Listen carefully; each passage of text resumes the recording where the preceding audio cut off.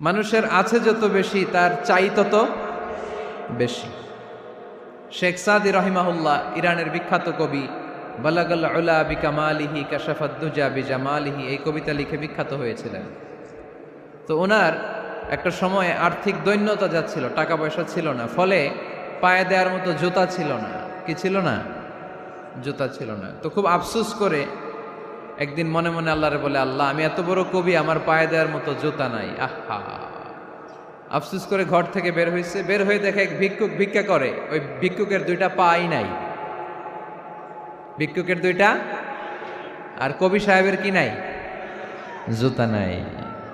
কবি সাহেব যখন এই দৃশ্য দেখছে, হায় রে আমার তো পা আছে, এর তো পাই নাই, সেজদায় পড়ে গেল। আর আল্লাহরে বলে, আল্লাহ শুকর আলহামদুলিল্লাহ, বেশ ভালো আছি।